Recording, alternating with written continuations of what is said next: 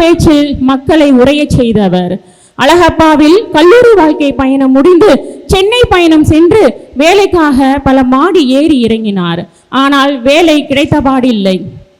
குடும்ப சூழல் கண்ணெதிரை நிற்க அம்மாவின் கனவை நினைவாக அடியெடுத்து வைத்தார். மீண்டும் நீ பேசதா லாய்க்கு என்று மக்கள் ஏசியதும் நீ பேசவே லாய்க்கு என்று ஆசான் சொன்னதை நினைவில் கொண்டு ட்விட்டர் தமிழ் நியூஸில் எதுகை மோனையாக பேச ஆரம்பித்தார்.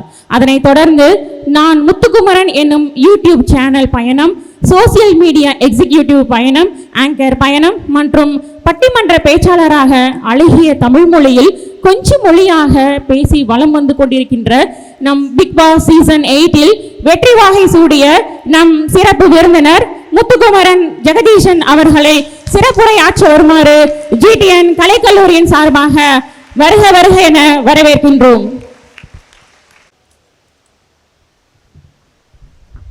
எல்லாரும் எப்படி இருக்கீங்க? பார்த்தா அப்படி தெரியலையே. 10 நாளா வதக்குன்னு வதக்கி இருக்காங்கன்னே. எல்லாரும் உங்களுக்கு நல்ல ஒரு கிளாப் பண்ணீங்க உங்களுக்கு நீங்களே. இந்த உலகத்திலே ரொம்ப சிரமமான விஷயம்னு நான் நினைக்கிறது தெரியுமா? பேசுறத உட்கார்ந்து கேட்கிறது சார். எவ்வளவு எனக்கே வேலை கொஞ்சம் நேரம் ஆத்தி நம்ம எதுக்கு வந்தோம்னு மறந்துருச்சு. எல்லாரும் நல்லா பேசுறாங்க. இதுக்கப்புறம் நீங்க பேசுங்க மீனா, நான் என்ன பேசுறது? ரொம்ப நல்லா தொகுத்து வழங்குனீங்கம்மா, ரொம்ப நன்றி. எல்லாருக்குமே ஒரு நல்ல கைத்தட்டல் கொடுங்க. ஏன்னா ரொம்ப ஆர்வமா இருக்காங்க. நான் இவ்வளோ ஆர்வமான பேராசிரியர்கள்லாம் பார்க்கல. நான் படித்தது ஒரு அரசு கல்லூரி. எங்கள் காலேஜில் எங்கள் ஸ்டாஃப்ஸ்லாம் ரொம்ப நல்லவங்க. எனக்கு நல்லா ஞாபகம் இருக்குங்க. சார் ஒருத்தர் நான் வாழ்க்கையில் மறக்கவே மாட்டேன். அப்போ தான் 3rd இயருக்குள்ளே என்ட்ரு ஆகிறோம், 5th செமஸ்டரு. அவருக்கு ஒரு நல்ல சப்ஜெக்ட் கொடுத்துருந்தாங்க.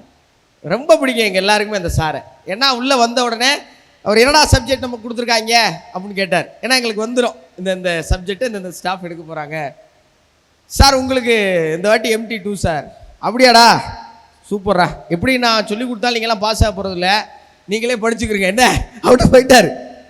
நிஜமாவே சார், நிஜமாவே போயிட்டார் தம்பி. அதுக்கப்புறம் நாங்கள் அடுத்த செமஸ்டர் தான் அவரை பார்த்தோம். அப்பப்போ கேன்டீனில் மீட் பண்ணி நாங்கள் ஜாலியாக பேசிக்குவோம். அந்த மாதிரியான ப்ரொஃபஸர்லாம் எங்களை வந்து வளர்த்து எடுத்தாங்க. ஆனால் உங்களுக்கு ஒவ்வொரு விஷயத்தையும் பார்த்து பார்த்து பார்த்து பண்ணுற ஒரு நல்ல பேராசிரியர் பெருமக்கள் கிடைச்சிருக்காங்க. அவங்களுக்கு நீங்கள் ஒரு நல்ல கிளாப் பண்ணிவிட்டு சும்மா கொஞ்சம் நேரம் ஜாலியாக டிஸ்கஸ் பண்ணலாம் அப்படின்னு. தம்பி எல்லாம் இங்கே அவசரமாக போகிறீங்களா? இல்லைண்டா உட்காரலாமா? இருக்கைகள் இல்லையா இங்கே? எஸ்கேப்பாலாம் நினச்சேன், கரெக்டாக பிடிச்சிட்டானே. தம்பி உங்களுக்கு எனக்கும் பெரிய வயது வித்தியாசம்லாம் இல்லை, எல்லாம் ஒரு கேட்டகரி தான். அதனால் தெரியும் யார் கிளம்ப போகிறீங்க, யார் கீழே தூங்குறீங்க, யார் கவனிப்பீங்க. இங்கேருந்து பார்க்கும்போது எல்லோரும் மூஞ்சியும் தெரியும் தம்பி. அது ஒரு பெரிய சாபக்கேடு. நான் கான்ஃபிடென்ட்டாக எடுப்பேன். நீ 2 பேர் கொட்டாய் விட்டின்னு வையேன், உள்ளே சல்லியான்னு உரைக்கிறோம். தலை தூங்கி இருக்கா கவுந்து இருக்கா எல்லாமே இங்கேருந்து பார்த்தா தெரியும். அதனால் என்னால் உங்களை உணர முடியும் என்பதை ஒரு முறை உங்களுக்கு நான் நினைவூட்டி ஒரு கதையிலேருந்து ஆரம்பிக்கலாம். ரொம்ப நேரம்லாம் இல்லை, சும்மா கொஞ்சம் நேரம் பேசிட்டு போயிடலாம். ஏன்னா நானும் சென்னையிலேருந்து கிளம்பி இவ்வளோ தூரம் வந்திருக்கேன். என்னைய பாவம் திருச்சி ஏர்போர்ட்லேருந்து ஒரு கார் வச்சு கூட்டியாந்து 2 இளநீ வாங்கி கொடுத்து மேலே முந்திரி கேக்கு என்னென்னமோலாம் கொடுத்துருக்காங்க. அதுக்காவது பேசணும்ல. தென்கட்சி கோ சுவாமிநாதன் சொல்லி எனக்கு ரொம்ப பிடிச்ச பேச்சாளர் தம்பி. உங்களுக்கெல்லாம் தெரிஞ்சிருக்க வாய்ப்பு குறைவு, பேராசிரியருக்கு தெரியும், ஐயா எல்லாரும் நல்லா தெரியும். அவர் ஒரு கதை சொல்லுவார். இந்த கதை வந்து நீங்கள் எல்லாரும் கொஞ்சம் ஆர்வமாக கவனிக்கணும்னு நான் ஆசைப்பட்றேன். எனக்காக இங்கே ஆரம்பிச்சிங்கன்னா அப்படியே ஃப்ளோவாக போயிடும். ஒரு ஊரில் ஒரு ராஜா, விழுந்துட மாட்டேம்மா பயப்படாங்க, விழுந்தா பிடிக்கிறதுக்கு பல பேர் இருக்காங்க, எனக்கு என்ன கவலை. ஒரு ஊரில் ஒரு ராஜா தம்பி, அவர் ஒரு போட்டி வைக்கிறார். ஒரு பெரிய குளம் வெட்டியிருக்கார் அந்த ஊரில். இந்த மேடையில் தொடங்கி இந்த கடைசி வரைக்கும் வச்சுக்கிறீங்களேன். இவ்வளோ நேரம் எனக்கு விழுவேன்னு தோணலை, இப்படி நீங்கள் சொன்னதுக்கப்புறம் விழுந்துடணும்னு பயப்பாரு. ஒரு பெரிய குளம் வெட்டியிருக்கார். வெட்டி அந்த குளத்தில் விஷ பாம்பு, முதலை, விஷ செடி, இந்த 10 நாள் வந்து போனாங்களா அந்த மாதிரி நினைக்காதீங்க. இதெல்லாம் ரொம்ப கொடூரமான ஜந்துக்கள். இதெல்லாம் போட்டு ஒரு அறிக்கை விடுறாரு. யார் இந்த குளத்தை நீந்தி கடக்கிறானோ அவன் தான் அந்த நாட்டுடைய சிறந்த வீரன். புரியுதுல தம்பி? எல்லாருக்கும் நுட்பமாக கவனிக்கலைன்னா கதை புரியாது. அந்த வீரனுக்கு 100 ஏக்கர் நிலம் தர்றேன் அப்படின்னு இருக்கார். அது வேணாம்னா 1000 பவுன் தங்கம் தர்றேன். அதுவும் வேணாம்னா ஜிடிஎன் காலேஜில் ஒரு சீட்டு தரேன்னு இருக்கார். அதுவும் வேணாம்னா என் பொண்ணே தரேன்னு இருக்கார். பொண்ணு பார்த்தா திண்டுக்கல்ல பிறந்த பிள்ளை மாதிரி தகத்தகண்டு மின்னுது. திண்டுக்கல்ல எந்த பிள்ளைடா மின்னுச்சு நீங்கள் கேட்கக்கூடாது. அந்த மாதிரி ஒரு நம்ம ஒரு வெயில் தம்பி, நம்மளை குறை சொல்ல முடியாது. இப்படி அறிவிப்பை கேட்ட உடனே பூரா பயிலுக்கும் ஆசை பொறுக்கலை வந்து நின்ட்டாயன். எல்லாரும் அப்படியே குளத்தை சுற்றி நிற்கிறான். குளத்தை சுற்றி நின்னதுக்கு அப்புறம் என்ன ஆகுது, ஒரு வயலும் குதிக்க மாட்டான். அந்த நாடு, பக்கத்து நாடு, எதிர்த்த நாடு, எதிரி நாட்டில இருந்தா வந்திருக்காங்க. எவனுமே குதிக்கலை. ஏன்னா உள்ள இருந்து முதல்ல போங்குது, பாம்பு வாவாகுது. யாருக்கு குதிக்க மனசு வரும்? எல்லாம் அப்படியே காலுகளை நடுங்கி போய் நிற்கிறப்ப ராஜா ஒரே வருத்தம், என்னடா ஒரு வீரம் கூட இல்லையா நம்ம நாட்டை நினைக்கிறப்ப, என்னையம்மா ஆச்சு வேணாம் விடுங்க. உங்களை மாதிரி ஒரு இளைஞன் சட்டார்னு குதிச்சிட்டான். நான் குதிக்க மாட்டேன். சட்டார்னு குதிச்சு முதல்ல எல்லாம் தள்ளி விட்டு பாம்பெல்லாம் பிச்சு எரிஞ்சு செடியெல்லாம் அத்துட்டு மேலே வந்துட்டான்.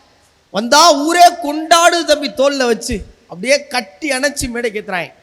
மேலே ஏறினோடனே ராஜா அப்படியே கண்ணெல்லாம் தண்ணி அவருக்கு முத்தம் கொடுக்குறாரு. அவனுக்கு அவன் அவர்கிட்ட வாங்குறக்கா வந்தான். சரி கொடுத்தாரு, வாங்கிக்கிட்டான். என்ன வேணும் உனக்கு? 100 ஏக்கர் நிலம் வேணுமா? வேணாம் ராஜா. 1000 பவுன் தங்க வேணுமா? வேணாம். ஓஹோ, ஜிடிஎன் காலேஜ் சீட்டு அது வேணாம், தயவு செஞ்சு அது வேண்டாம். அப்புறம் திண்டுக்கல் பொண்ணு வேணாம் ராஜான்ட்டான். ராஜா கோபம், இளவரசியே வேணான்னு சொல்லிடா, அப்புறம் உனக்கு என்னதான் வேணும்? என்னை எவன் தள்ளி விட்டான்னு தெரிஞ்சான் ராஜான்னு இருக்கான். வேடிக்கை உட்காந்துருக்கான் பாவம் புள்ள. நம்மளை மாதிரி கேஷுவலாக கூட்டியாவது காலேஜில் சேர்த்து விட்டாங்களே நம்ம வீட்டில், அந்த மாதிரி தள்ளி விட்டுட்டு போயிட்டாங்க. யாரெல்லாம் ரொம்ப விருப்பப்பட்டு சேர்ந்தா ஜிடிஎன் காலேஜ் நான் சேருவேன் அப்படின்னு தவம் கிடந்து வந்து சேர்ந்தீங்க, கை தூக்குங்க. சும்மாவே தூக்குங்க தம்பி. ப்ரொஃபஸரு, பிரின்சிபல்லாம் மேலே உட்காந்துருக்காங்க. இதுக்கு மேலே வெளிப்படையாக உங்களுக்கு சொல்ல முடியாது. கை தட்டிக்கிறீங்க உங்களுக்கு நீங்களே.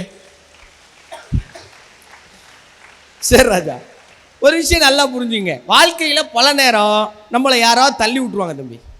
அந்த குளத்துக்குள்ள முதல்ல இருக்கா, பாம்பு இருக்கா, விஷச்செடி இருக்காலாம் தெரியாது. நான் யாரெல்லாம் ஸ்கூல் லைஃப்பை பயங்கரமாக என்ஜாய் பண்ணிட்டு வந்துருக்கீங்க அவன் மட்டும் கை தூக்கு. Very good. யாரெல்லாம் காலேஜுக்கு போனா அப்படின்னு நம்பி வந்தது யாரெல்லாம் கை தூக்கு. உங்களெல்லாம் பார்த்தா எனக்கு பாவமா இருக்கு. சரி தம்பி, ஸ்கூல் லைஃப் வந்து ஸ்கூல்ல இருக்கும்போது புரியாது. இனி வரும்போது உங்களுக்கு அது ரொம்ப சுவாரஸ்யமா இருக்கும்.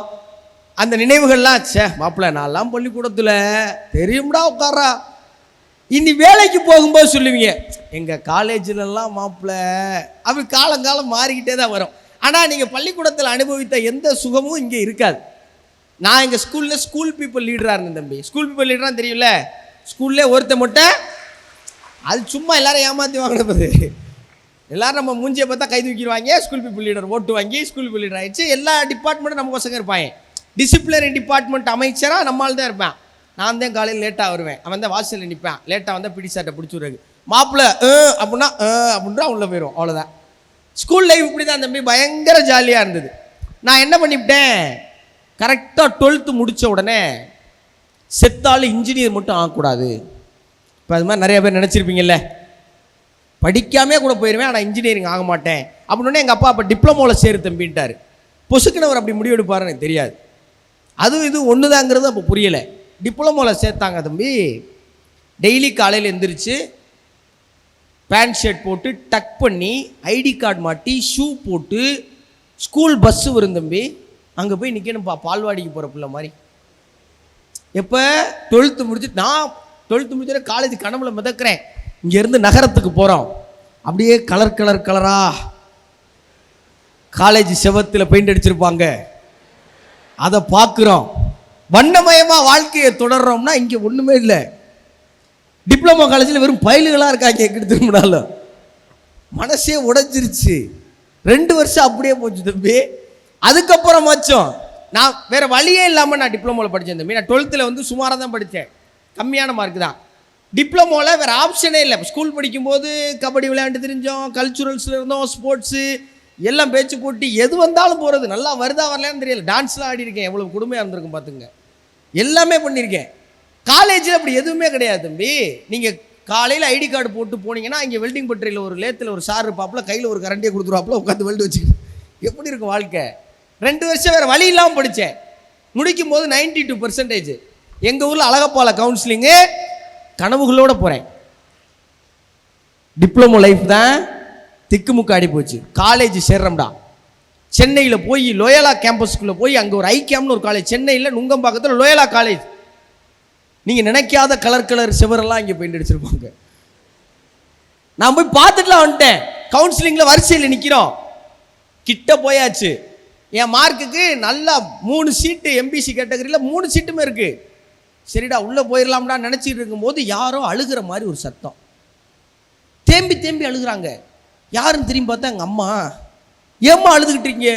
பிரைவேட் காலேஜில் நம்மளால ஃபீஸ் கட்ட முடியாது தம்பி, கவர்மெண்ட் காலேஜ் எடுத்துருப்பா. நேற்று நைட்டு வரைக்கும் நல்லா தானே இருந்தீங்க, ஏன்னா இங்கே வந்து அழுகிறீங்கன்னா மாதிரி ஒரு காலேஜ் தம்பி. காலேஜ் வாழ்க்கை எனக்கு ரொம்ப இன்னும் மறக்கவே முடியாது. ஏன்னா நான் டிப்ளமோ படித்தது கும்மங்குடி, இன்ஜினியரிங் படித்தது புள்ளங்குடி. இதெல்லாம் எங்கே இருக்குது யாருக்குமே தெரியாது.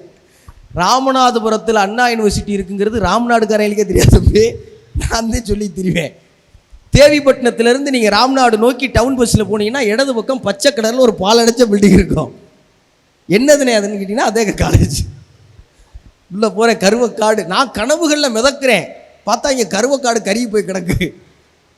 உள்ளே போனால் தம்பி ஒரு ஆள் ஒருத்தர் ஒரு பையன் விரட்டிட்டு வரான்ப்பா. நம்ம லேட்டரல் என்ட்ரி டேரக்ட் செகண்ட் இயர்னா ஒரு கெத்து இருக்கும்ல.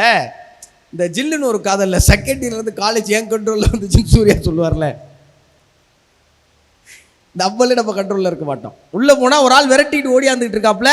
நான் ஒரு பையில பிடிச்சி கேட்குறேன், என்னங்க பசங்க இப்படி ஓடி தர்றாங்க, ஸ்டாஃப்டெல்லாம் சொல்ல மாட்டிங்களா?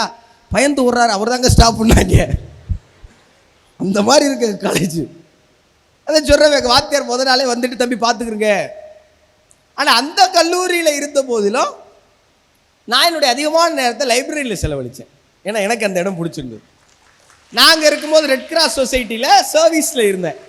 அது எனக்கு பின்னாடி எனக்கு வழிவகுக்கிறதுக்கெல்லாம் ஒரு பெரிய பாலம் வந்தது. என் கல்லூரி வாழ்க்கையில் நான் எப்படி என் கெரியரை ஃபிக்ஸ் பண்ணலைங்கிற கதையை பின்னாடி சொல்கிறேன். ஆனால் உங்களுக்கு ஒரு வைர விழா கண்ட கல்லூரி கிடச்சிருக்கு. இந்த கல்லூரிக்கு நீங்களாம் ஒரு பெரிய கைதட்டல் கொடுங்க. எனக்கு தெரியாது பாலா சக்திவேல் சார் இங்கே படித்தாருங்கிறது சத்தியமாக எனக்கு ரொம்ப புரிய தகவல்.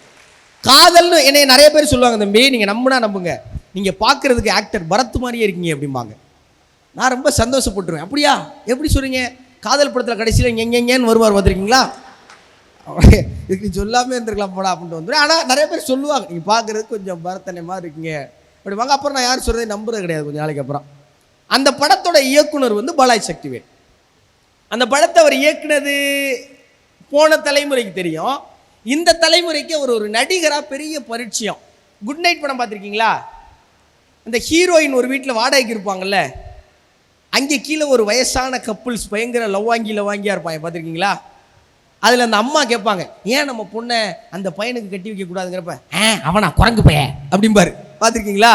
அவர் தான் பாலாஜி சக்திவேல். இன்றைக்கி நந்தன்னு ஒரு படம் இருக்குது, நீங்களாம் எடுத்து பாருங்கள், நீங்கள் பார்க்க வேண்டிய படம். சரி, நம்ம அதுக்குள்ளே போக வேண்டாம். சரி, இப்போ நீ என்னடா சொல்ல வர அப்படிங்கிற இடத்துக்கு வந்துட்டிங்களா? கவனிக்கிற அளவுக்கு எல்லாம் ஆர்வம் ஆயிட்டிங்களா? எனக்கு இந்த கடைசியில் இருக்கவங்க மேலே தான் நம்பிக்கையே வர மாட்டேது. சரி, அது நான் செஞ்ச பாவம் தம்பி. நான் காலேஜ் படிக்கும்போது பண்ணியிருப்பேன்ல, கர்மா இஸ் அ பூமராங். பரவாயில்ல, போயிட்டு போகுது. உங்ககிட்ட சொல்ல விரும்புகிற சில விஷயங்கள் என்னன்னா, வரேன் அங்கே தான் வரேன்.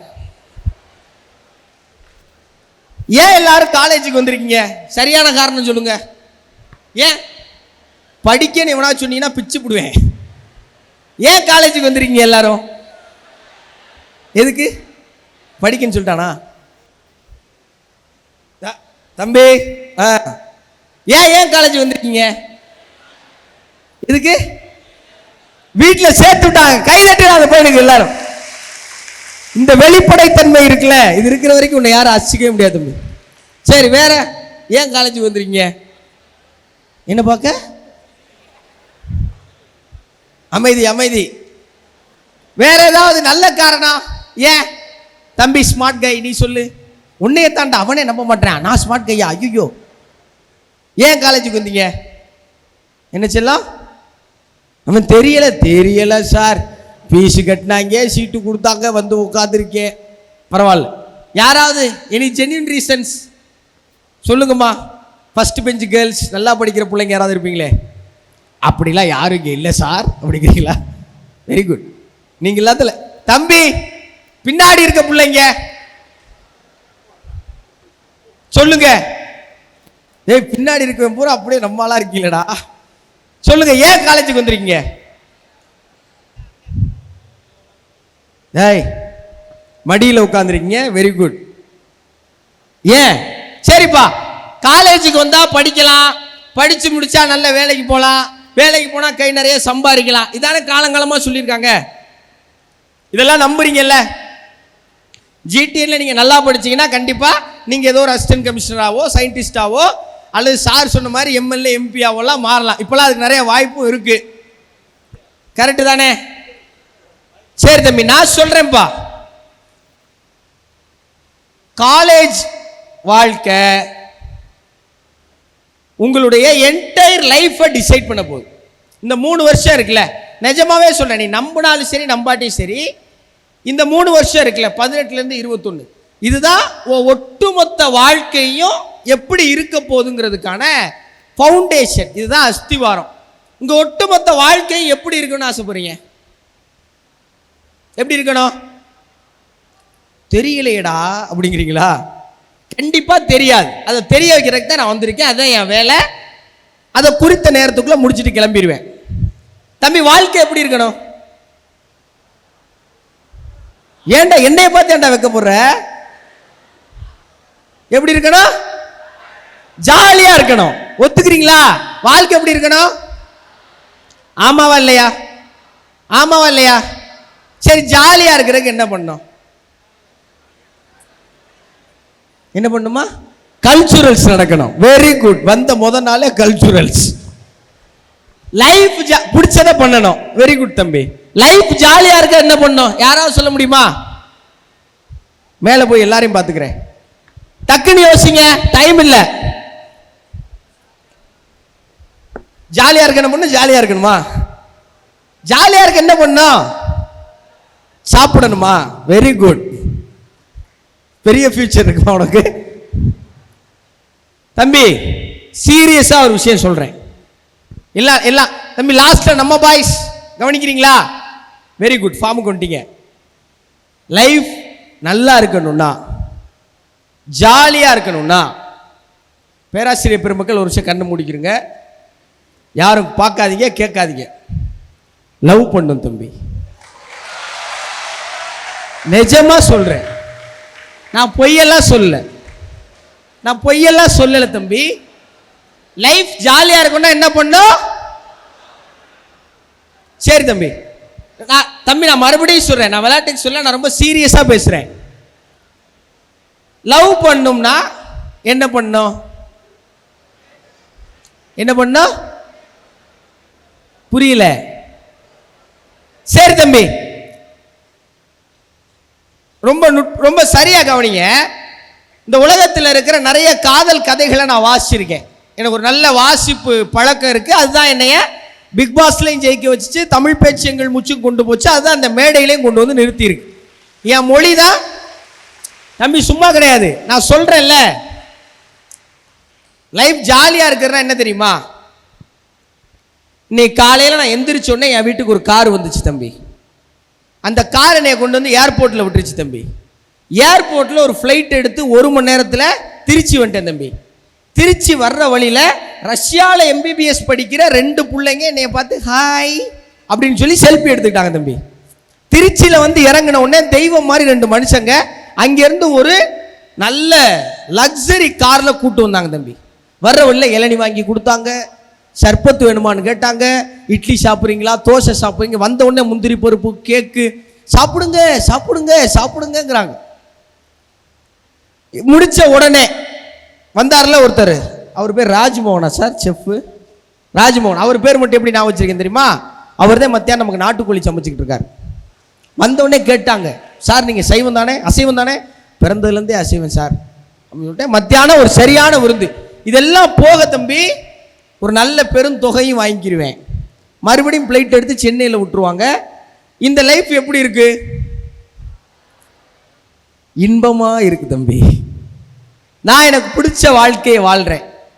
நான் நினைச்சேன்னா ஒரு நாளைக்கு ஒரு உயர் அதிகாரி என்ன மாசம் சம்பாதிப்பாரோ ஒரு நாளைக்கு சம்பாதிக்கிறேன். எனக்கு வெறும் 28 வயசு தான். எனக்கு வெறும் 28 வயசு தான். ரொம்ப கேஷுவலா, அம்மா நாளைக்கு ஃப்ரீயா இருந்தா சொல்லுங்க, உங்களுக்கு ஒரு 2 ஜோடி தங்க வளையல் வாங்கிட்டு வரலான்னு எங்கள் அம்மாட்ட சொல்கிற இடத்துக்கு இன்றைக்கி நான் வளர்ந்துட்டேன். நீங்கள் நம்ப மாட்டீங்க. தம்பி, எனக்கு 26 வயசு வரைக்கும் எங்கள் அம்மா தாலி கயிறில் தான் போட்டிருந்தாங்க. தங்கச்சங்கிலி எங்கள் அப்பா வாங்கி கொடுத்தாரு. தேஞ்சிரும்னு உள்ளே வச்சுருந்தாங்க.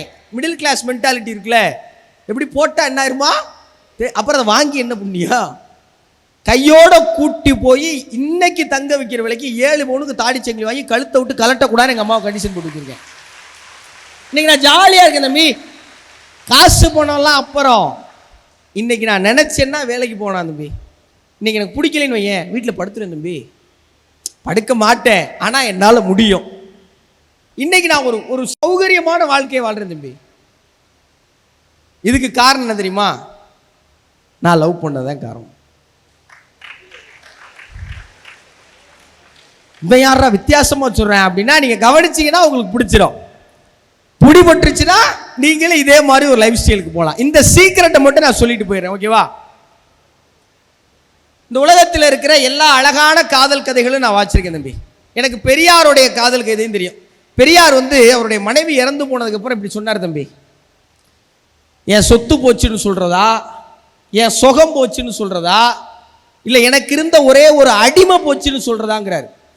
அவர் பெண்ணியத்தை ரொம்ப தீவிரமா பேசினவர்ல, அதனால சொல்றாரு மனைவி என்னவா தான் இருந்திருக்காரு, பெரியாருக்கே அடிமையா தான் இருந்திருக்காங்க. சொத்து போச்சுன்னு சொல்றதா, சுகம் போச்சுன்னு சொல்றதா, எனக்கு இருந்த ஒரே ஒரு அடிமை போச்சுன்னு சொல்றதா, இல்ல பொது வாழ்க்கைக்கு எனக்கு இருந்த ஒரே ஒரு தடையும் போச்சுன்னு சொல்றதான்னு கேட்டார். இருந்தாலும் காதல் மனைவி இறந்து போனதுக்கு அப்புறம் பொது வாழ்க்கைக்கு இருந்த ஒரு தடை நீங்கிச்சுங்கிற பார்வை பெரியாரோடது.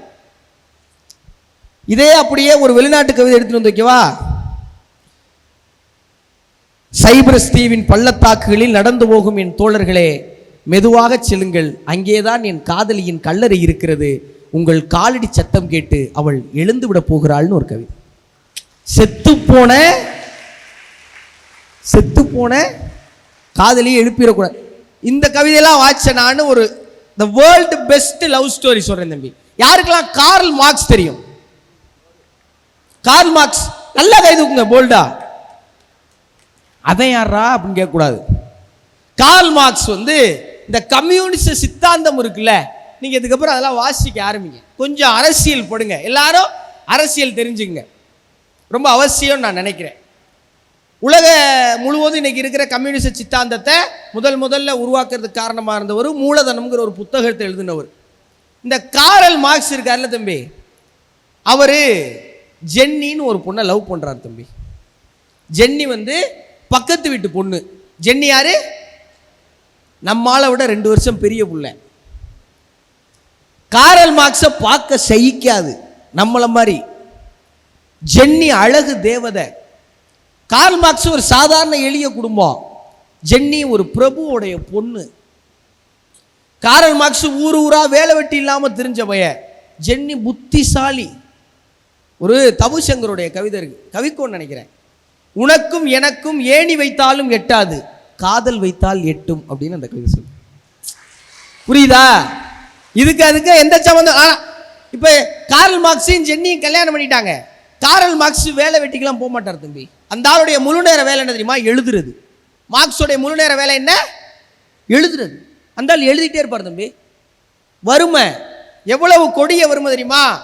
மார்க்ஸுக்கும் ஜென்னிக்கும் பிறந்த பிள்ளைங்க செத்து போயிடுறாங்க. அந்த பிள்ளைகளை புதைக்கிறதுக்கு சவப்பட்டி வாங்க காசு இல்லை. இவ்வளவு கொடுமையான வறுமை இருக்குல்ல. மார்க்ஸ் குழந்தைகளுக்கு ஜென்னி குழந்தைகளுக்கு பால் கொடுக்கணும்னு நினைச்சா மார்பகத்திலிருந்து பால் வரல, ரத்தம் வருது. அவ்வளவு கொடிய வறுமை.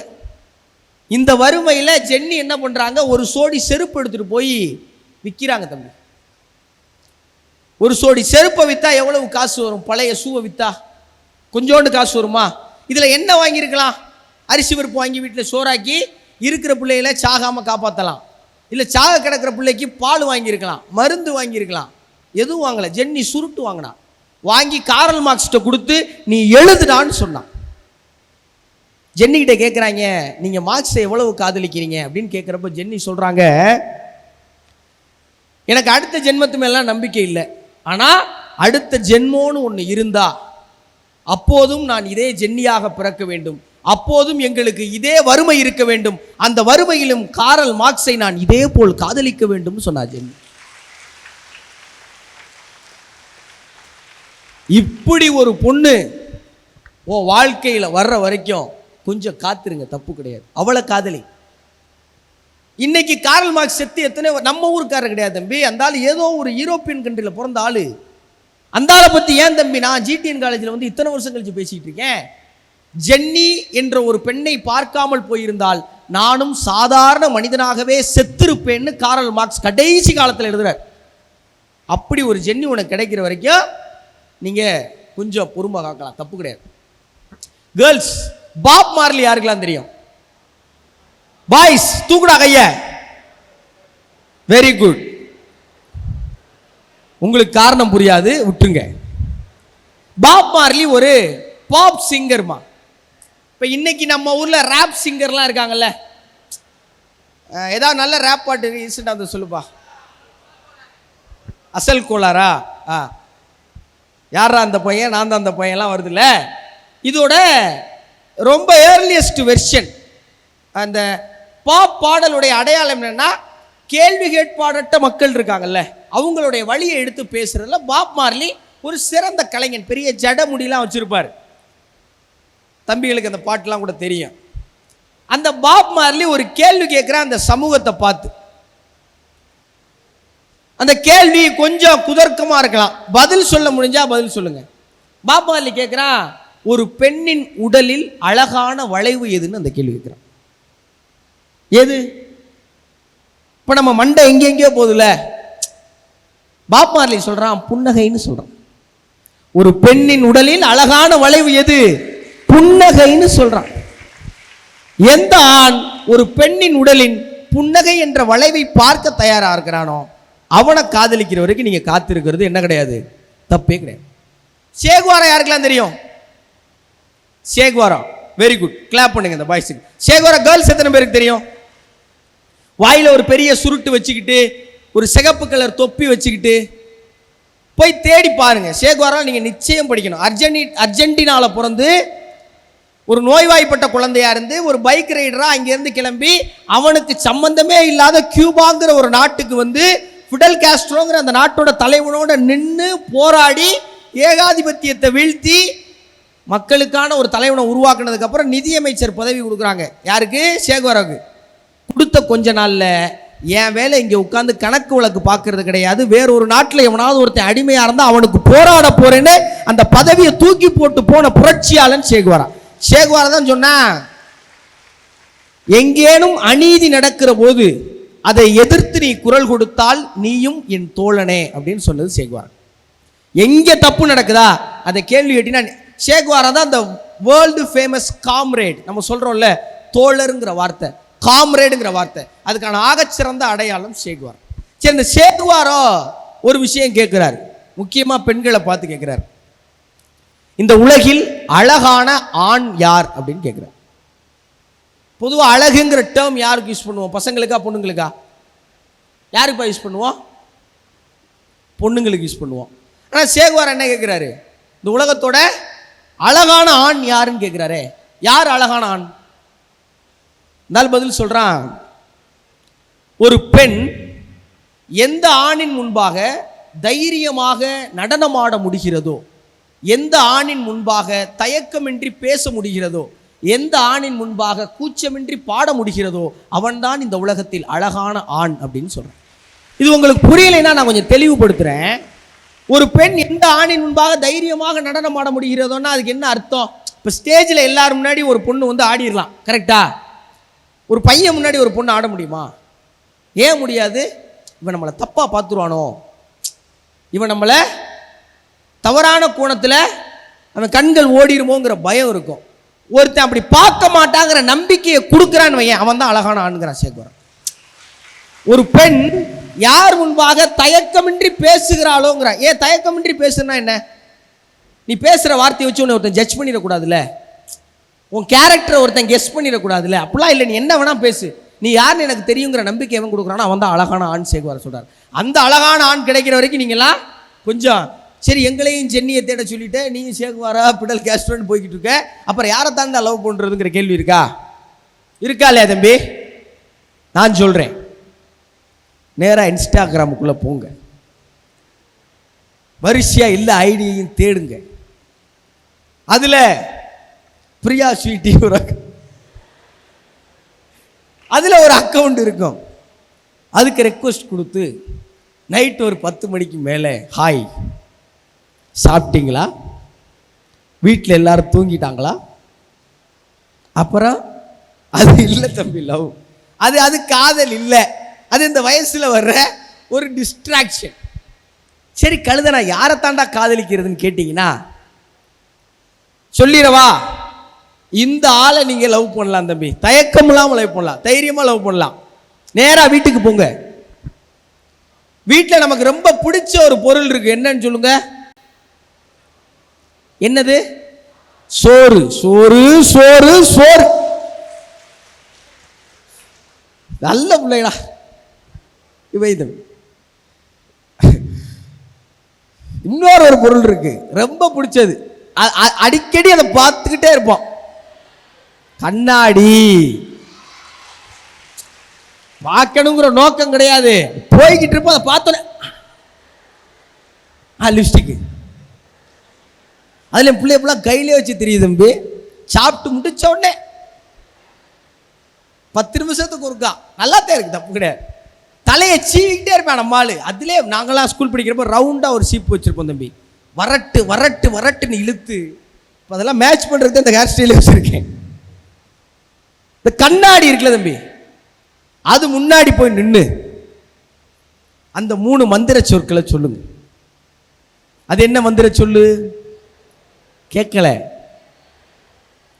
கண்ணாடியில போய் நின்று இந்த பூ வருமா ஒட்டி வச்சிருக்கீங்க, பரவாயில்ல.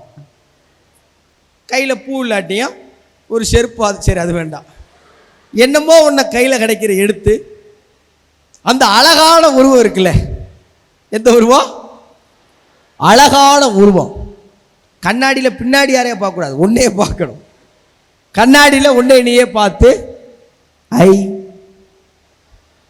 லவ் யூ, இது யாரை பார்த்து சொல்லணும்? இப்ப கண்ணாடியில் ஒரு உருவம் இருக்குல்ல, அது யாரு? நம்ம மனச்சாட்சி. இப்ப அந்த மனச்சாட்சி திருப்பி என்ன சொல்லும்? என்ன சொல்லும்? செருப்பு பிஞ்சிரும். ஏன் ஏன் அப்படி சொல்லும்? தம்பி, நீங்க திடீர்னு போய் ஒரு ஸ்ட்ரேஞ்சர் ஐ லவ் யூன்னு சொல்ல முடியுமா? சொன்னா அவங்க என்ன சொல்லுவாங்க?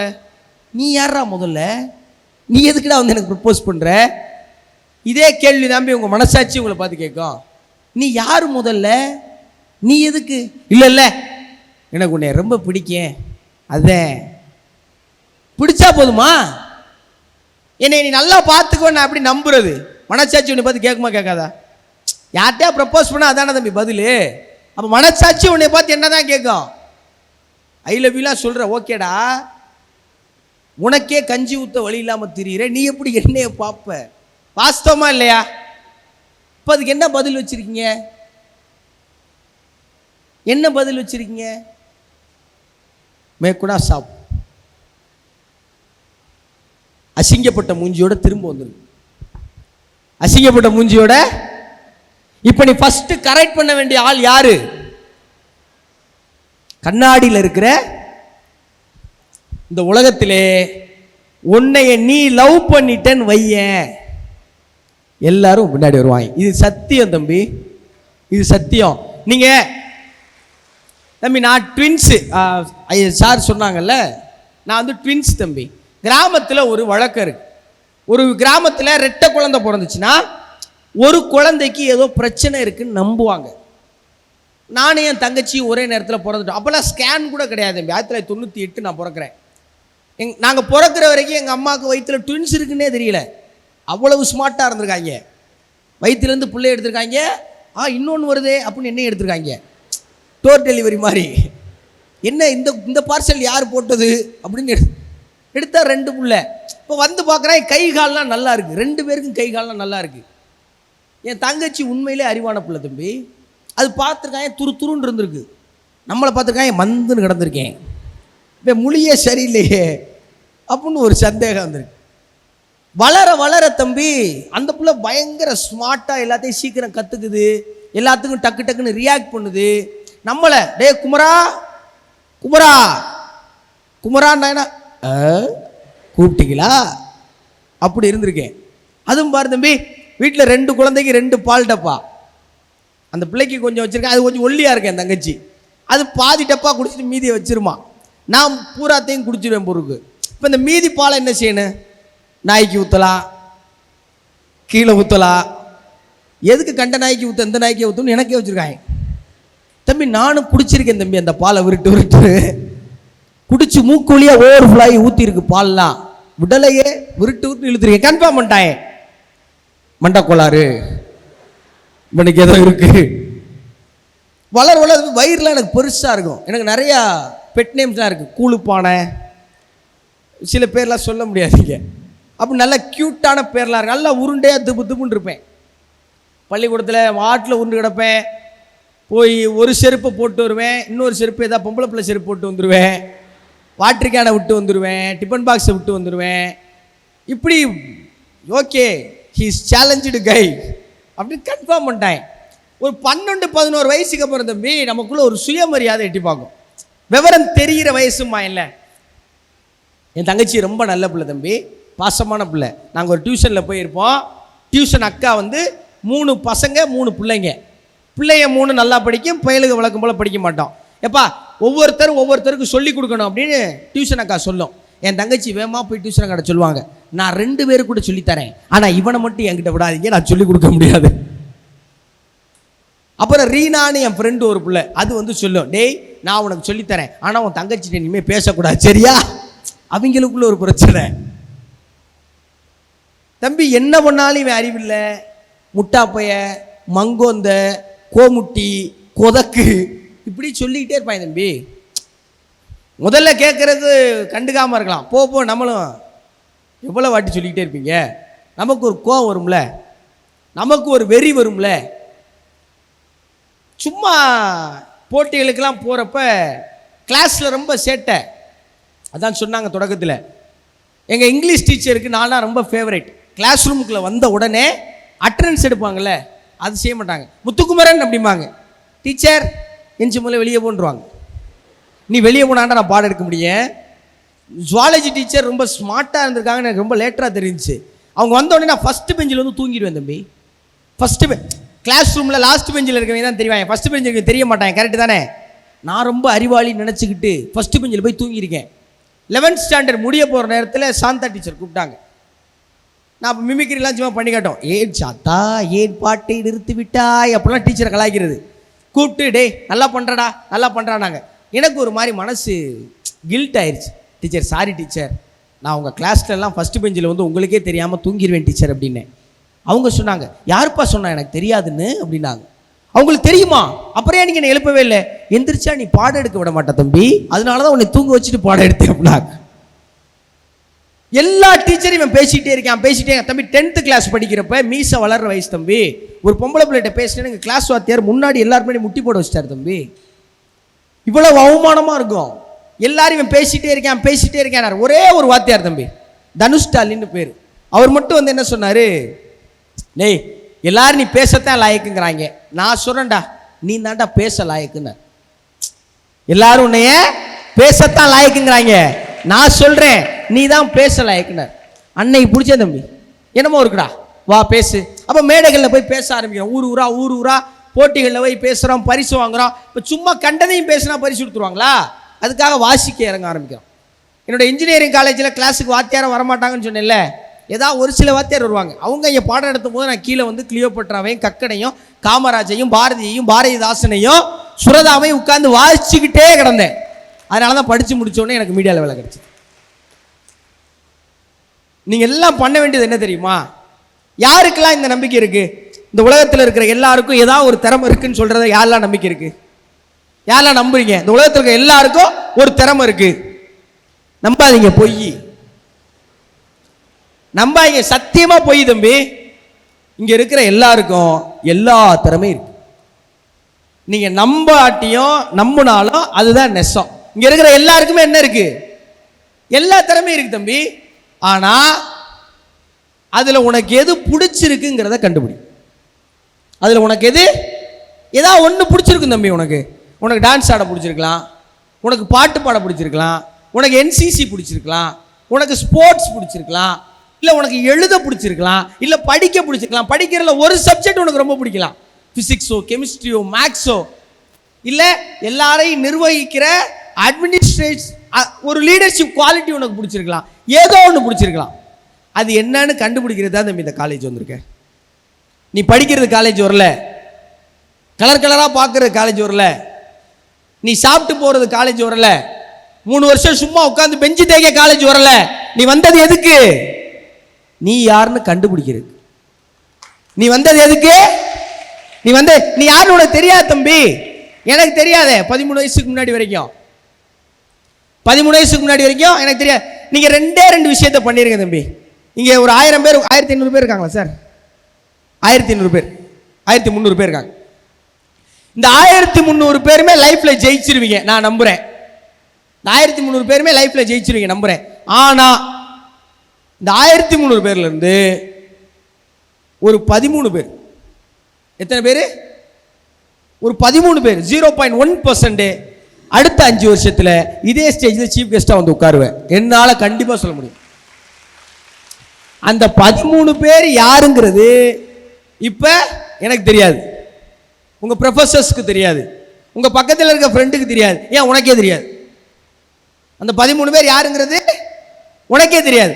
ஆனா தம்பி, ஆனா ஒரு நாள் நீங்க வந்து நிக்கிறப்ப உன்னை எத்தனை வருஷமா டே கருவாப்பையில, டே எலும்பா, குந்தாணி, குட்டப்பலை, சுருட்ட முடி இப்படி கேலி பண்ணான்ல, அவன் எல்லாரும் இவர் என் ஃப்ரெண்டு அப்படின்னு மற்றவங்க கிட்ட பெருமையா சொல்லிக்குவாங்க. சொல்லிட்டு என்ன சொல்லுவாங்க தெரியுமா? டேய் நீ என் ஃப்ரெண்டுன்னு சொன்னா யாரும் நம்ப மாட்டான் என் மாப்பிள்ள, ஒரு வீடியோ கால் பண்றான்னு. எனக்கு நடந்திருக்கு, உனக்கும் நடக்கும். அக்செப்ட் பண்ணிக்கிறீனா கைதட்டு, அக்செப்ட் பண்ணிக்கிறீனா கைதட்டு. எனக்கு நடந்திருக்கு. என் ஃப்ரெண்ட்ஸ் கால் பண்ணி மச்சான் நீ என் ஃப்ரெண்டுன்னு சொன்னா நம்ப மாட்டான்டா, உனக்கும் நடக்கும். அந்த 13 பேருக்கு நடக்கும். நான் 1300 பேரும் நல்லா தம்பி. நாங்கள் இன்ஜினியரிங் படிக்கிறப்போ நாங்கள் 6 பேர் ஃப்ரெண்ட்ஸு. நாங்கள் எல்லாம் மெக்கானிக்கல் இன்ஜினியரிங் ஸ்டூடெண்ட்ஸ். இதெல்லாம் நான் முன்னாடியே 10 வருஷத்துக்கு முன்னாடியே பண்ணிட்டேன்டா. நாங்கள் ஒரு 7 பேர் ஃப்ரெண்ட்ஸு. என் ரூமில் நாங்கள் வந்து ராம்நாட்டில் இருக்கும்போது எல்லா வீக்கெண்டையும் எங்கள் பசங்க ஜாலியாக என்ஜாய் பண்ணுவாங்க. அவங்க என்னைய மாதிரி எல்லா வெள்ளிக்கிழமையும் கிளம்பி ரயில்வே ஸ்டேஷனில் தூங்கி பஸ் ஸ்டாண்டில் படுத்து கிடந்து ஊர் ஊராக போய் வாய்ப்பு தேடி அப்படிலாம் சிரமப்பட மாட்டாங்க. ஒரு ஷெல்ஃப் ஃபுல்லாக பாட்டில் தான் இருக்கும் என் ரூமில். இன்னும் பயங்கரமாக லைஃப்பை என்ஜாய் பண்ணுவாங்க. இப்போ அதில் 2 பேர் லண்டனில் செட்டில் ஆகிட்டான், ஒருத்தன் சிங்கப்பூரில் செட்டில் ஆகிட்டான், இன்னொருத்தன் கவர்மெண்ட் ஜாபில் இருக்கான், இன்னொருத்தன் அப்பாவோட பிஸ்னஸை பார்த்துக்கிறான். அப்போ உனக்கு அவங்களுக்கு என்னடா வித்தியாசங்கிற கேள்வி இருக்குல்ல. அவன்லாம் நல்லா தான் இருக்கான், நீ அப்போ என்ன கஷ்டப்பட்ட? அப்போ நீ என்ஜாய். நான் டீட்டோட்டர் தம்பி. என் ரூமில் எல்லா சனிக்கிழையும் பசங்க சரக்கு அடிப்பாங்க. அவங்கள பாரில் போய் கூட்டு வர வேலை என்னோடது. நான் தண்ணி அடிக்க மாட்டேன், நான் ஸ்மோக் பண்ண மாட்டேன். ஏன் தெரியுமா? ஐம் டீட்டோட்டலர்னு சொல்கிறதுல எனக்கு ஒரு பெருமை இருக்குது, எனக்கு ஒரு கெத்து இருக்குது, எனக்கு ஒரு கெத்து இருக்குது. தம்பி பிக் பாஸில் ஜெயிச்சவர்லாம் எதுக்கு காலேஜ் கூப்பிடுறீங்க? இப்படி நிறைய இடங்கள்ல நிறைய பேர் கேட்டிருக்காங்க. நான் போய் சொல்லுவேன், நான் நல்லா தமிழ் பேசுவேன், நான் தமிழ் பேச்சிங் மூச்சில் பார்ட்டிசிபேட் பண்ணியிருக்கேன், நான் 28 வயசில் செல்ஃப் மேடாக இருக்கேன், எங்கள் அம்மா ஐம் அ டீட்டோட்டலர், என்கிட்ட செல்ஃப் கண்ட்ரோல் இருக்குது, அதனால என்னால் காலேஜ் ஸ்டூடெண்ட்ஸ் முன்னாடி பேச முடியுங்கிற ஒரு எலிஜிபிலிட்டியை நான் எப்போதும் கர்வமாகவே தலையில் தூக்கிட்டு சுற்றுறேன் தம்பி. லண்டனில் இருக்கிற 2 பேர் இருக்கான்ல, அவன் நினச்சா லீவ் போட்டு ஊருக்கு வர முடியாது. சிங்கப்பூரில் இருக்கிற என் ஃப்ரெண்டு மாதம் 30 நாளும் அவங்க மாமாவோட சூப்பர் மார்க்கெட்டில் உட்காந்து காசு எண்ணணும். கவர்மெண்ட் ஜாபில் இருக்கிற ஃப்ரெண்டு மச்சான் லைஃப் போர் அடிக்குதுங்கிறான். அப்பா பிஸ்னஸ் எடுத்துக்கிற ஃப்ரெண்டு டே ஸ்ட்ரெஸ்ஸாக இருக்குடாங்கிறான். நான் என்னோட கெரியர் பிகினிங்கில் ஒரு வெனஸ்டே என் ஃப்ரெண்ட்ஸ் எல்லாம் வீடியோ காலில் வந்தாங்க. எங்கே மச்சான் கிளம்பிக்கிட்டு இருக்கேன்னு கேட்டாங்க. நான் ரொம்ப பரபரப்பாக கிளம்பிட்டு இருந்தேன். படத்துக்குடான்னு காலையில் 10 மணிக்கு. நான் காலேஜ் படிக்கிறப்ப இவங்க எல்லாம் படத்துக்கு போவேன், நான் போக மாட்டேன். ஒரு வீக் டேல புதன்கிழமை எங்கடா போகிறேன்னா படத்துக்கு ஏன்டா 10 மணிக்கு படத்துக்கு போகிறேங்கிற, உனக்கு ஆஃபீஸ் இல்லையாண்ணாயே, உனக்கு வேலை இல்லையாண்ணாயே. மச்சான் படத்துக்கு போகிறதாண்டா என் வேலை. ஐம் மீடியா கை. தம்பி நம்ப மாட்டீங்க, வாரிசு படமும் துணிவு படமும் பீக்கில் வந்துட்டு இருந்ததுல, படம் ரிலீஸ் ஆகிறதுக்கு முன்னாடியே ப்ரெஷ் எங்களுக்கு போட்டுருவாங்க. நான் படம் ரிலீஸ் ஆகிறதுக்கு முன்னாடியே தளபதியை தேட்டரில் பார்த்தேன். டிக்கெட்டு காசு கொடுக்க வேண்டாம், டிக்கெட் அவங்களே கொடுத்துருவாங்க. இல்லை பாப்கார்னு கோக் கொடுத்துருவாங்க. என் பைக்கு காருக்கு பார்க்கிங் கொடுத்துருவாங்க.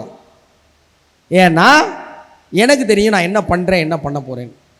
அதை நான் பண்ணேன், அதனால நீங்கள் முன்னாடி வந்து நிற்கிறேன். இவ்வளவுதான். அந்த 13 பேருக்கு தான் இதை பேசிக்கிட்டு இருக்கேன், மற்ற ஆளுக்கு இல்லை. நல்லா புரிஞ்சுங்க. அந்த 13 பேர் யாருங்கிறத கண்டுபிடிங்க. 2 விஷயம் நீ பண்ணா போதும் தம்பி. ஃபர்ஸ்ட் விஷயம், இங்கே யாருக்கெல்லாம் ஒரு சின்ன இன்ஃபீரியாரிட்டி காம்ப்ளெக்ஸ் இருக்கு, மனசு திறந்து ஒத்துக்க. அண்ணே நான் கொஞ்சம் ஒல்லியா இருக்கேன், நான் கொஞ்சம் நிறம் குறைவா இருக்கேன், என்னை எல்லாரும் சோடா புட்டின்னு கிண்டல் பண்றாங்க, எனக்கு இன்னும் கொஞ்சம் பணக்கார வீட்டில் பிறந்திருந்தா நல்லா இருந்திருக்குமோன்னு தோணுது, நான்லாம் இங்கே இருக்க வேண்டிய ஆளே கிடையாது, நான் ஒரு சென்னையிலேயோ கோயம்புத்தூர்லேயோ இருந்திருந்தா இந்நேரம் தெரிக்க விட்டுருப்பேன். அப்படிலாம் யாருக்காவது இருக்கா? யாருக்காவது இருக்கா? எல்லாருக்கும் இருக்கும். எல்லாருக்கும் இருக்கும். எல்லாருக்கும் கண்ணாடி முன்னாடி இருக்கும்போது இந்த புருவம் கொஞ்சம் ப்ராடாக இருந்திருக்கலாமோ, இந்த லிப்ஸு கொஞ்சம் ஷார்ப்பாக இருந்திருக்கலாமோ, சுருட்ட முடி இருக்கவனுக்கு கோர முடி இருந்திருக்கலாமோ, கோர முடி இருக்கவனுக்கு சுருட்ட முடி இருந்திருக்கலாமோ. எது இருந்தாலும் நம்ம இப்படியே தான் தம்பி இருப்போம். எது மாறினாலும் லைஃபு மாறாது. ஒன்றே ஒன்று, அப்துல் கலாம் ஐயா இருக்கு. யாருக்கெல்லாம் அப்துல் கலாம் பிடிக்கும்? தேங்க்யூ. அப்துல் கலாம் வந்து ஜனாதிபதி ஆயிட்டார் தம்பி. ராஷ்டிரபவனி பவன்லேருந்து வெளியே வராரு, இன்டர்வியூ எடுக்கிறாங்க. ஒரு ஜனாதிபதிகிட்ட, அதுவும் அப்துல் கலாம் ஐயாட்ட என்னெல்லாம் கேட்கலாம்? சார் இந்தியாவுடைய ஃபியூச்சர் என்னவா இருக்க போகுது, ராக்கெட் சயின்ஸில் எடுத்து என்ன பண்ண போறீங்க, இந்தியாவில் நம்மால் ஒருத்தன் கேள்வி கேட்டான், சார் உங்கள் ஹேர் ஸ்டைலை மாற்றுவீங்களான்னு கேட்டிருக்கேன். அந்த ரிப்போர்ட்டருக்கு ஒரு நல்ல கிளாப் பண்ணுங்க எல்லாரும். நம்மளோட என்ன கேட்டிருக்கேன்? சார் உங்கள் ஹேர் ஸ்டைலை மாற்றுவீங்களா? நீங்கள் அந்த இடத்துல அப்துல் கலாமாக இருந்தால் என்ன செய்வீங்க? அவனை கூப்பிட்டு நல்லா நொங்கு நொங்கு நொங்கி போலீஸ்காரரை கூப்பிட்டு பிடிச்சி உள்ளே போடுங்க சார். அவர் அதெல்லாம் பண்ணல. அவர் ஒரு பதில் சொன்னார் தம்பி. அவர் என்ன பதில் சொன்னார்னா, எனக்கு அதெல்லாம் பற்றி யோசிக்க டைம் இல்லைன்னு சொன்னார். நான் ஒரு பெரிய கிளாப் பண்ணுங்க. ஏன்னா நான் அந்த நாட்டை மாத்துறது எப்படின்னு பார்த்துக்கிட்டு இருக்கேன், நீ முடிய மாத்திரத்தை பற்றி பேசிட்டு இருக்க முட்டா போயில அப்படிங்கிறது அதுக்கான அர்த்தம். ஆப்ரஹாம் லிங்கன் யாருக்கெல்லாம் தெரியும்? கேள்வியாவது பட்டிருக்கீங்களா? அமெரிக்காவுடைய முன்னாள் ஜனாதிபதி.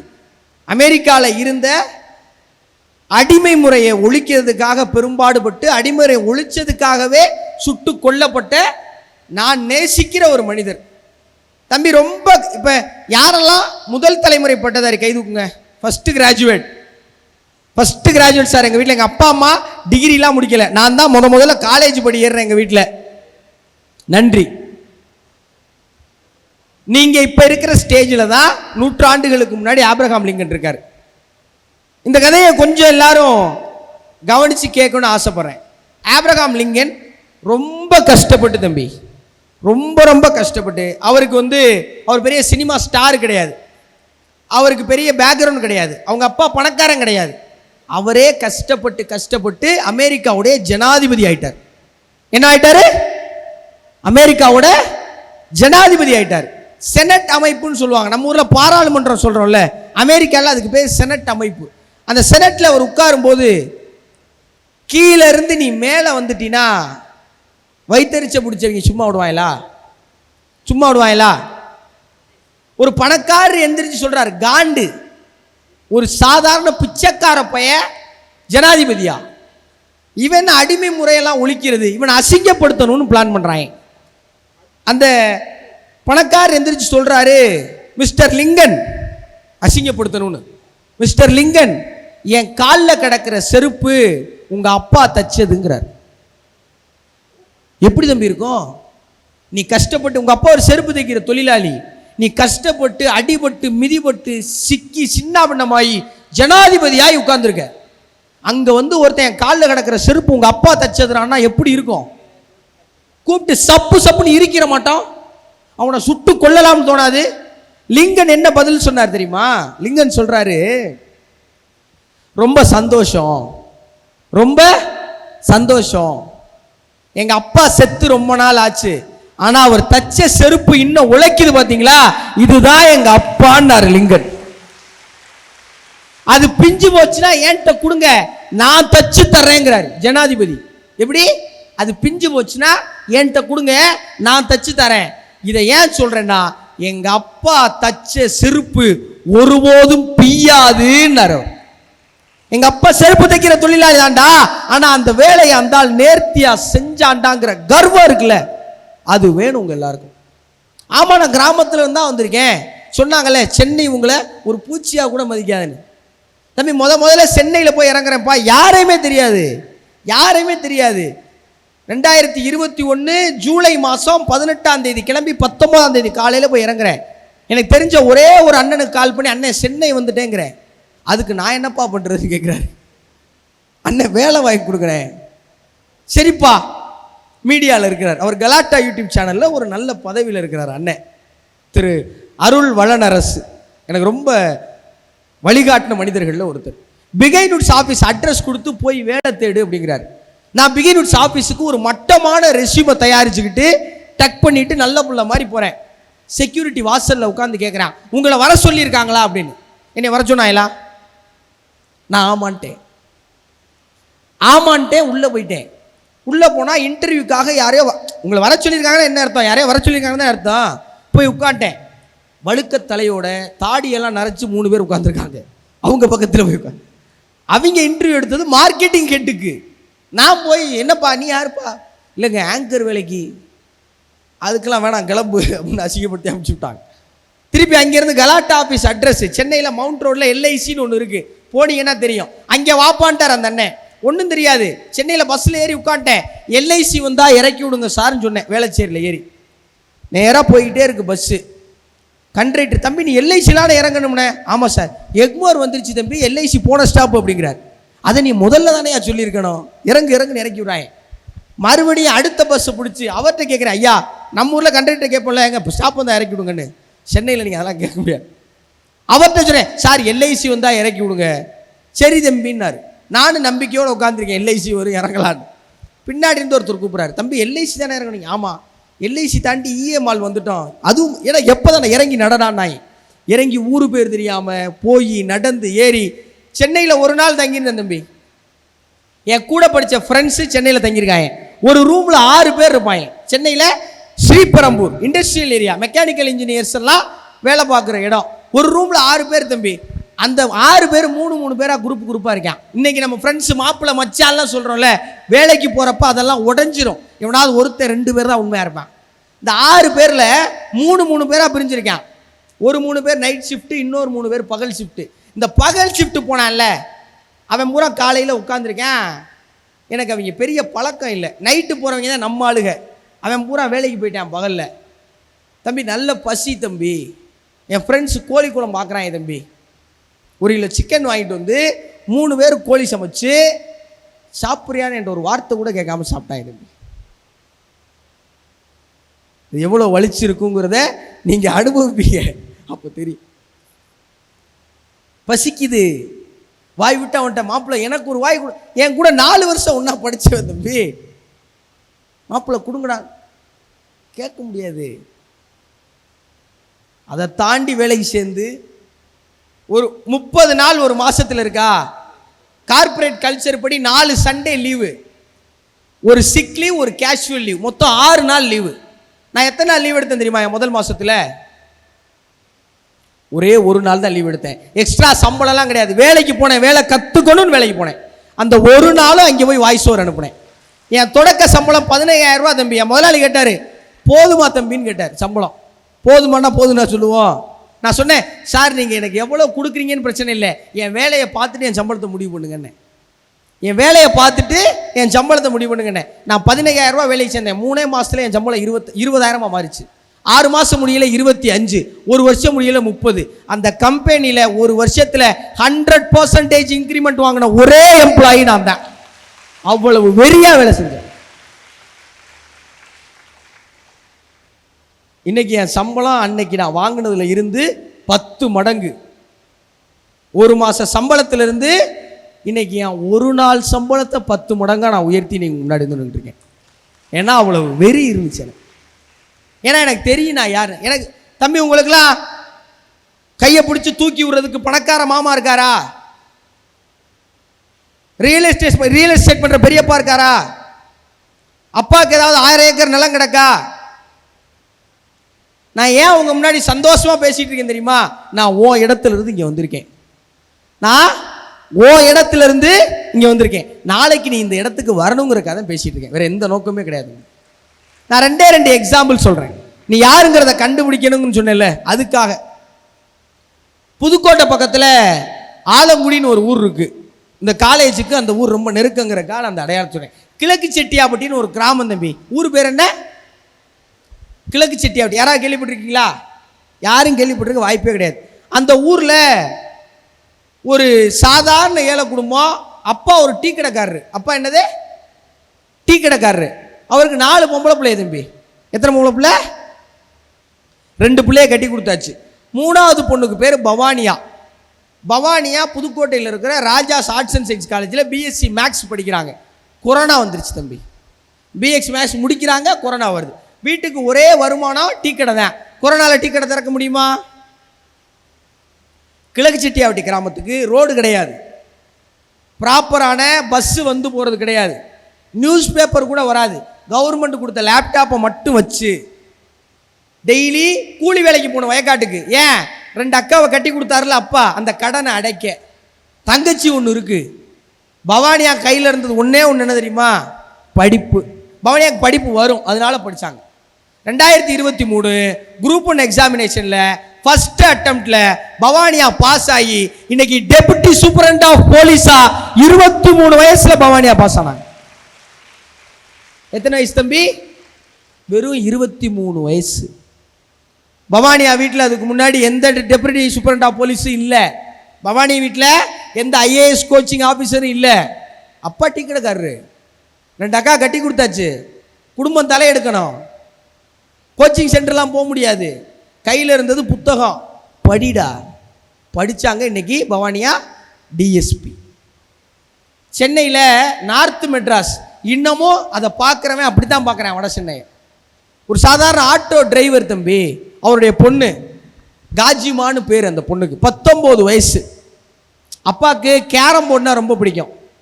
வட சென்னையில் கேரம் போர்டு ஆடி நீ என்ன செஞ்சிட முடியும்? பெருசாக சாதிச்சிட முடியும்னு நினைக்கிறியா தம்பி? காசிமாவுக்கு கேரம் போர்டு தான் தெரியும்.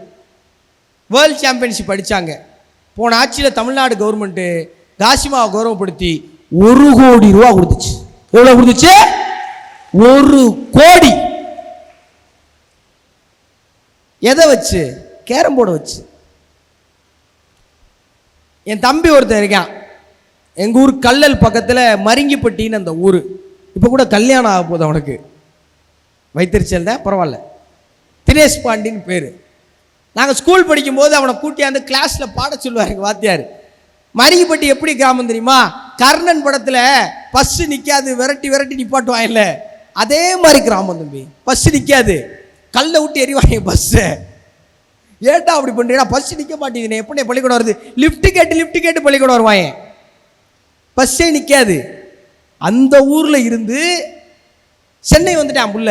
வந்தோடனே அண்ணே நான் சென்னை வந்திருக்கேனே அப்படின்னா, இப்போ நான் அருள் வளனர் சென்னை எடுத்து போயிட்டேன், அதுக்கு நான் என்னடா பண்ணுறது அப்படி கேட்குறேன். அவனை பயம், ஏதாவது வேலை வெட்டி கேட்டுருவாயிலோ. இல்லைண்ணே தம்பி ஜீ தமிழ் சரிகமா போல செலக்ட் ஆகிருக்கேனே அப்படின்னா ரொம்ப சந்தோஷமாக இருந்துச்சு. கிளாஸ் ரூமில் சும்மா பாடிட்டு இருந்த பையங்க எல்லாரும் முன்னாடி வந்து சத்தியமூர்த்தி எனக்கு வாத்தியார், டே இன்னும் 7 கட்டையில் போடுறா, அவருக்கே தெரியாது. அவர் சொல்லுவார், ஆனால் ஊக்குவிப்பார் எங்கள் ஆள். இவனும் பாடிட்டே தெரிஞ்சான். நாங்களாம் பின்னாடி உட்காந்து அவன் மாதிரி ட்ரு புருன்னு கலாச்சிக்கிட்டு இருந்தோம். அதெல்லாம் பண்ணியிருக்கோம். சரிகமா போல செலக்ட் ஆகிட்டேன் அப்படின்ட்டான். வந்தா திடீர்னு நல்லா பாடுறான். தினேஷ் பாண்டி சீசன் 5. யுவன் சங்கர் ராஜா அவனுக்கு ஹெட்ஃபோன்ஸ் பரிசாக கொடுக்குறாரு. டிவியில் அதை பார்க்குறதுக்கு மகிழ்ச்சியாக இருக்குது. அப்போ நான் பிக் பாஸ்லாம் போல.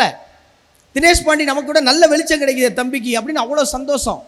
ஒரு எபிசோடில் சீஃப் கெஸ்டா மிஸ்கின் சார் வந்தார். யாரு உங்களுக்கு தெரியும், தலைவர். பாடல்கள்லாம் உற்சாகமாயிடுவார்.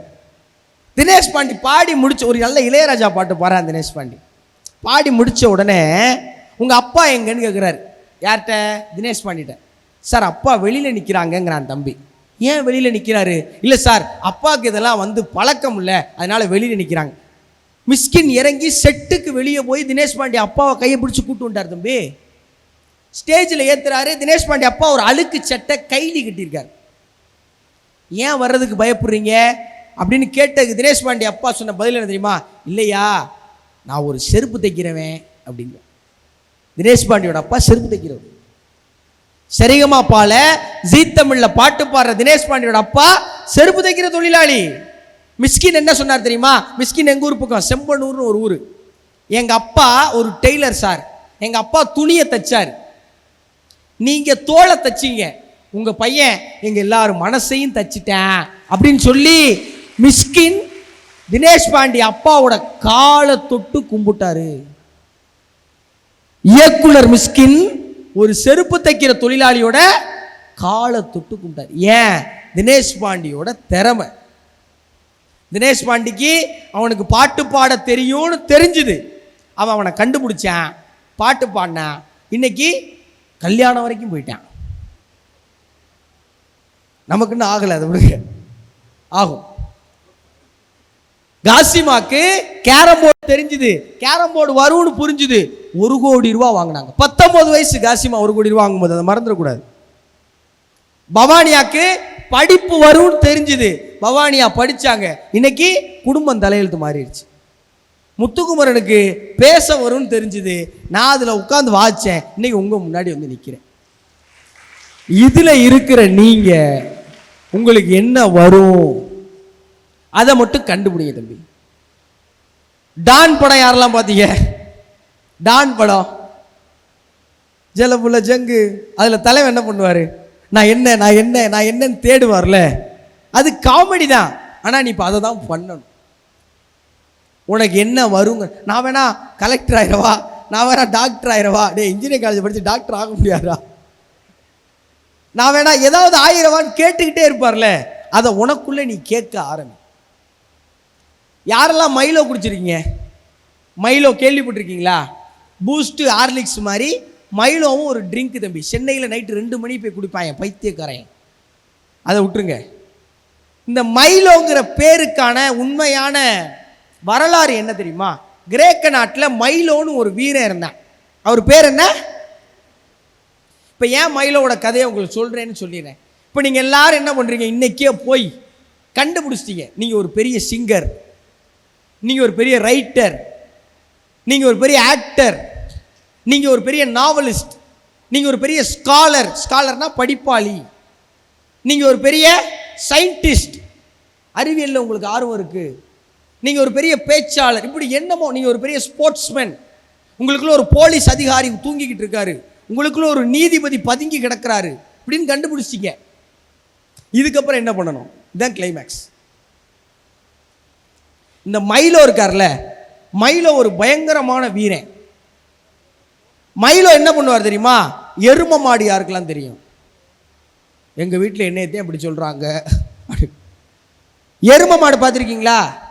எரும மாடை நம்மளால நகர்த்த முடியுமா? நகர்த்த முடியுமா?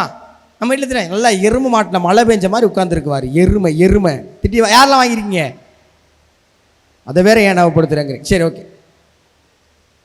இந்த மைலோ ஒரு எரும மாட்டை தூக்கி தோல்ல வச்சுக்கிட்டு அந்த நாட்டை சுற்றி டெய்லி காலையில் ஒரு ரவுண்டு வருவார். ஊருக்கு புதுசாக வரவெல்லாம் மிரண்டிருக்காங்க. இப்போ யாராவன் எரும மாட்டை தூக்கி ஓடுறானே அப்படின்னு மிரண்டிருக்காங்க. ஒரு ஆள் பிடிச்சிட்டாரு. எப்போ மைலோ இங்கே வாப்பா, எந்த கடையில் அரிசி வாங்குற அப்படின்னு கேட்டிருக்காரு. ஐயா அதெல்லாம் ஒன்றும் இல்லையா, ஒரு சின்ன ஐடியாவன். என்ன ஐடியா? இப்போ யாருக்கெல்லாம் மைலோ எப்படி அந்த எரும மாட்டை தூக்குனான்னு தெரிஞ்சுக்கணுமா அது மட்டும் கைதட்டு. இல்லைனா மைலோ கதையை சொல்லாமல் நான் கிளம்புறேன். தெரியுது மணி 12:30 ஆயிடுச்சு, காலையிலேருந்து கேட்டிருக்கீங்க, பசிக்கும், எல்லாம் புரியுது. மைலோவோட முடிச்சுக்கிருவோம். மைலோ சொல்லியிருக்காரு, எனக்கு சின்ன வயசாக இருக்கும்போது, ஒரு 15-16 வயசாக இருக்கும்போது எங்கள் வீட்டு மாடு கண்ணு போட்டுச்சு. எங்கள் வீட்டு மாடு என்ன போட்டுச்சு? கண்ணு போட்டுச்சு. கண்ணுக்குட்டியை தூக்கி தோளில் வச்சுக்கிட்டு ஓடுறது சிரமமா சாத்தியமா? ஈஸி தானே? ஈஸி இல்லை, ஆனால் பாசிபிள். ஒரு எரும மாட்டை தூக்கி தோளில் வச்சுட்டு ஓடுறதுங்கிறது இம்பாசிபிள். கண்ணுக்குட்டியை தூக்கி தோளில் வச்சு ஓடுறதுங்கிறது பாசிபிள். கரெக்ட் தானே? மைலோ அந்த கண்ணுக்குட்டியை தோளில் தூக்கி வச்சுக்கிட்டு ஓட ஆரம்பிச்சிருக்கேன். முதல் நாள் ஓடும்போது கண்ணுக்குட்டி தான், 2ஆம் நாள் ஓடும்போது கண்ணுக்குட்டி தான், 3ஆம் நாள் ஓடும்போது கண்ணுக்குட்டி தான். 1 மாதம், 2 மாதம், 3 மாதம், நாள் ஆக ஆக கண்ணுக்குட்டி என்னாச்சு? வளர்ந்துக்கிட்டே வருது. ஆனால் உனக்கு அந்த வித்தியாசம் தெரியுமா? இப்போ கண்ணுக்குட்டிக்கு 3 வயசுங்கய்யா, அது போல் பெருசாக இருந்திருக்கு. அது அவனை மாதிரியே இருக்கு. இப்போ இதுவாடா கண்ணுக்குட்டின்னு இருக்கான். எனக்கு இதுதான் கண்ணுக்குட்டின்னு இருக்காரு மைலோ. கண்ணுக்குட்டி 3 வருஷமா தொடர்ந்து ஓடும்போது பெருசானது உங்களுக்கு தெரிஞ்சுது, எனக்கு தெரியல. நான் இன்னும் இதுவோ கண்ணுக்குட்டியாக தான் பார்க்குறேன், அதனால என்னால் தூக்கி ஓட முடியுதுன்னு மைலோ சொல்லியிருக்கான். மைலோவோட ஐடியாவுக்கு ஒரு பெரிய கிளாப் பண்ணுங்க. இனிமே நீங்க தான் மைலோ. உன் கனவு தான் கண்ணுக்குட்டி. இன்னையில இருந்து யாரெல்லாம் ஐபிஎல் பார்க்குறீங்க கை தூக்குங்க. சென்னை சூப்பர் கிங் ஃபேன்ஸ் தான் சவுண்டு கொடுங்கடா. CSK fans, MI fans, Virat Kohli fans. என்ன இவ்வளவுதானா? ரொம்ப வற்றி போயிருக்கீங்களேப்பா. சரி, சூரியவன்சி, வைபவ் சூரியவன்சி யாரெல்லாம் பிடிக்கும் அவன் மட்டும் கைதட்டு. நம்ம தெரியாத ஆள் தெரிஞ்சுக்க. வைபவ் சூரியவன்சிங்கிறவன் ஒரு 15 வயசு பையன். எத்தனை வயசு பையன்? 15 வயசு. இந்த வருஷம் ஐபிஎல்ல குறைந்த பால்ல 1000 ரன் அடித்த வீரன்கிற பேரை எல்லாரும், சச்சின், டோனி, விராட் கோலி, ரோஹித் சர்மா, எல்லாரையும் 15 வயசு பையன் தூக்கி சாப்பிட்டு ஏப்ப விட்டு போய்கிட்டு இருக்கான். எல்லாரும் மிரள்றாங்க. இப்ப இலங்கையோட ஒரு மேட்ச் 11 பால்ல 50 போட்டு இலங்கையை செவுட்டில் அரைஞ்சிருக்கான். அவங்க பூரா அசிங்கப்பட்டு தற்கொலை பண்ணிக்கலாம்ங்கிற முடிவு எடுக்கிறது 15 வயசு பையன். இன்னைக்கு உங்க கண்ணுக்கு சூரியவன்சி 15 வயசு பையனா இருக்கலாம். ஆனா சூரியவன்சி பேட் எடுக்கும்போது அவனுக்கு வயசு 5ஓ 6ஓ. சூரியவன்சியோட வயசு 15. ஆனா கிரிக்கெட்ல அவன் எக்ஸ்பீரியன்ஸ் ஒரு டிகேட். சூரியவன்சி ரொம்ப சின்ன வயசுல அவன் கண்ணுக்குட்டியை கண்டுபிடிச்சிட்டான். நீங்க உங்க கண்ணுக்குட்டியை எப்ப கண்டுபிடிக்க போறீங்கிறதா இப்ப கேள்வி. உங்க கண்ணுக்குட்டியை நீங்க கண்டுபிடிச்சிட்டீங்கன்னா அது எரும மாடா மாறும்போது எல்லாருக்கும் அது எரும மாடா தெரியும். உங்களுக்கு மட்டும் அது என்ன தெரியும்? என் அருமை எரும மாடுகளே, என் அருமை மைலோக்களே, உங்கள் எருமை மாடுகளை கண்டுபிடிங்கள். அதை நீங்க தோல்ல தூக்கி வச்சுட்டு ஓடும்போது இந்த உலகம் உன்னைய பார்த்து வியக்கும். அந்த 13 பேரும் இந்த மேடைக்கு வருவீங்க. உங்களுக்கு நான் சொல்ல வர்றது பாரதிதாசனுடைய ஒரு கவிதை, எனக்கு ரொம்ப பிடிச்ச கவிதை. பாரதிதாசன் படி அப்படின்னு ஒரு கவிதை எழுதியிருக்காரு. இது தமிழுக்கான கவிதை. இதை நீங்க எதுல வேணா பொருத்தலாம். உனக்கு மியூசிக் பிடிச்சிருக்கா, மியூசிக் படி. உனக்கு டான்ஸ் பிடிச்சிருக்கா, டான்ஸ் படி. உனக்கு சப்ஜெக்ட் பிடிச்சிருக்கா, சப்ஜெக்ட் படி. மேக்ஸா, பிசிக்ஸா, கெமிஸ்ட்ரியா, பாட்னியா, சுவாலஜியா, தமிழா, இங்கிலீஷா, எக்கனாமிக்ஸா, காமர்ஸா, உனக்கு என்ன பிடிச்சிருக்கோ அதை எடுத்து படி. உனக்கு கிரவுண்டு தான் பிடிச்சிருக்கா, அதுல என்ன இருக்கோ அதை எடுத்து படி. பாரதிதாசன் சொல்றாரு, படி, சங்கத்தமிழ் நூலைப்படி, முறைப்படி நூலைப்படி, காலையில் படி, கடும்பகல் படி, மாலை இரவு பொருள்படும்படி, கற்பவை கற்கும்படி, வள்ளுவன் சொன்னபடி கற்கத்தான் வேண்டும். அப்படி கல்லாதோர் வாழ்வது எப்படி? அறம்படி, பொருளைப்படி, அப்படியே இன்பமும் படி, இறந்த தமிழ் நான்மறையும் பிறந்ததென்று சொல்லும்படி, அகப்பொருள் படி, புறப்பொருள் படி, புக புக படிப்படியாய் புலமை வரும் என் சொற்படி, சாதி எனும் தாழ்ந்தபடி நமக்கெல்லாம் தள்ளுபடி, சேதி அப்படி வந்தபடி தீமை வந்திடுமே மறுபடி மறுபடி, பொய்யிலே காற்படி, புரட்டிலே முக்காற்படி, வையகம் ஏமாற்றும்படி, வைத்துள்ள நூட்களை ஒப்புவது எப்படி, தொடங்கையில் வருந்தும்படி, இருப்பினும் மூன்றிப்படி, அடங்கா இன்பம் ஆகும் என்ற சான்றோர் சொற்படி, படி, சங்கத்தமிழ் நூலைப்படி, முறைப்படி நூலைப்படிங்கிற பாரதிதாசனுடைய வரிகளுக்கு ஏற்ப உங்களுக்கு என்ன பிடிச்சிருக்கோ அதை படிங்க. அந்த 13 பேரை இன்னும் சொற்ப நாட்களில் நேரில் சந்திக்க மிகுந்த ஆவலோடு விடைபெறுகிறேன். நன்றி, வணக்கம்.